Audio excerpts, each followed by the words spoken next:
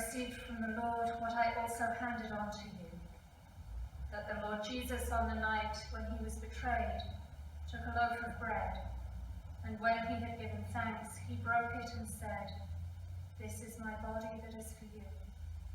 Do this for the remembrance of me." In the same way he took the cup also after supper, saying, "This cup is the new covenant in my blood.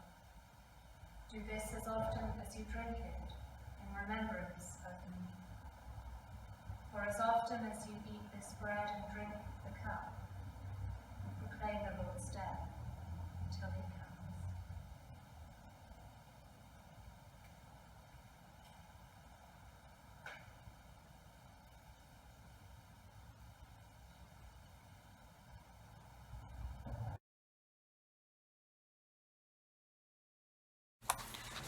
From the Gospel of John.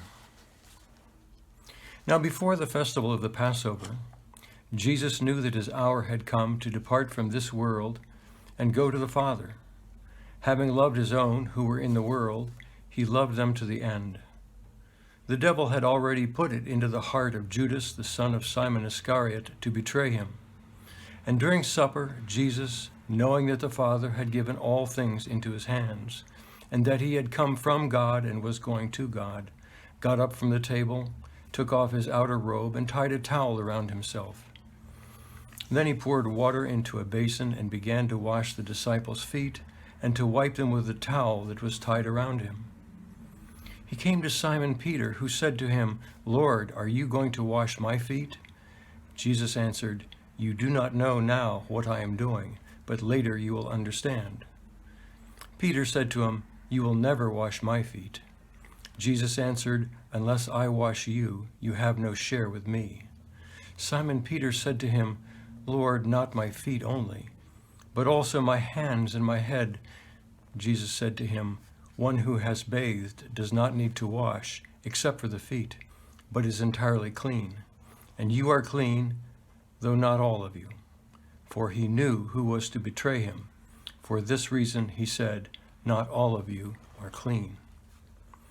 After he had washed their feet, had put on his robe, and had returned to the table, he said to them, "Do you know what I have done to you? You call me teacher and Lord, and you are right, for that is what I am. So if I, your Lord and teacher, have washed your feet, you also ought to wash one another's feet. For I have set you an example, that you also should do as I have done to you. Very truly I tell you, servants are not greater than their master, nor are messengers greater than the one who sent them. If you know these things, you are blessed if you do them." Jesus said, "Now the Son of Man has been glorified, and God has been glorified in him. If God has been glorified in him, God will also glorify him himself, and will glorify him at once. Little children, I am with you only a little while longer. You will look for me, and as I said to the Jews, so now I say to you, where I am going, you cannot come.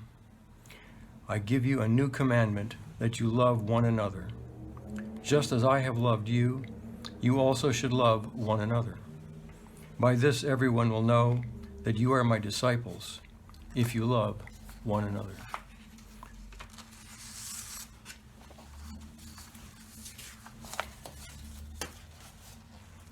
Jesus washed the disciples' feet with a basin and a towel. There was nothing mighty or magic in what he did. Jesus did the common work of a servant or a slave. On that night, Jesus' life among us was drawing to a close. The cross on Golgotha waited. On that night, the palm fronds and the hosannas were but a faded memory. That night, Jesus took a towel and wrapped it about himself. Jesus set a basin of water on the floor and knelt before Peter to wash his feet. Jesus washed all the disciples' feet. Around the room Jesus went with his basin and his towel. Then Jesus said, "I give you a new commandment, that you love one another. Just as I have loved you, you also should love one another." Now in our newsletter this week, Rosalind invites us to wash someone with love in remembrance of Christ's tenderness towards his disciples when he washed their feet. It's well said. And among the ways we might wash someone with love, Rosalind offers possibilities. A phone call, a note, running an errand, even posting a supportive sign in your window, all can be acts of love towards your neighbor.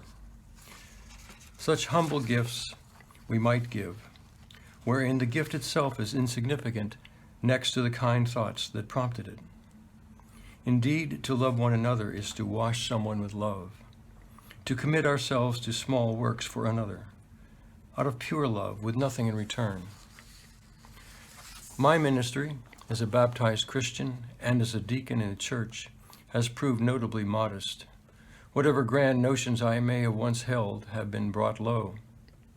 I write letters, I visit people, I encourage where heart has been lost. My ministry as a deacon is to the poor, the weak, the sick, and the lonely, not unlike Christ's own, a pale reflection that I am.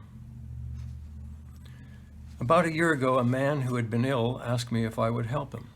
He lives alone, and his loneliness is plain. Without knowing what the task might be, I said yes. So every Thursday morning I drive to his home, which is not far from mine, and I carry his trash from the backyard to the curb. And that's pretty much it. I don't know quite why he wants me to do it. He might be able to do it himself, but he does like to gab with me while I'm toting and lifting. And this is the character of much of what we end up doing in the world. Menial chores to lighten someone's load, a kindness to help someone get through the day. Sometimes it's a lot like real work, and sometimes it's just sitting around listening. Maybe a phone call, a note, running an errand, a supportive sign in our window. Whatever it takes to wash someone with love, to love one another as Jesus loved us.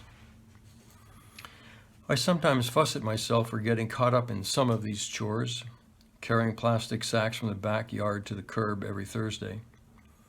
But I do it.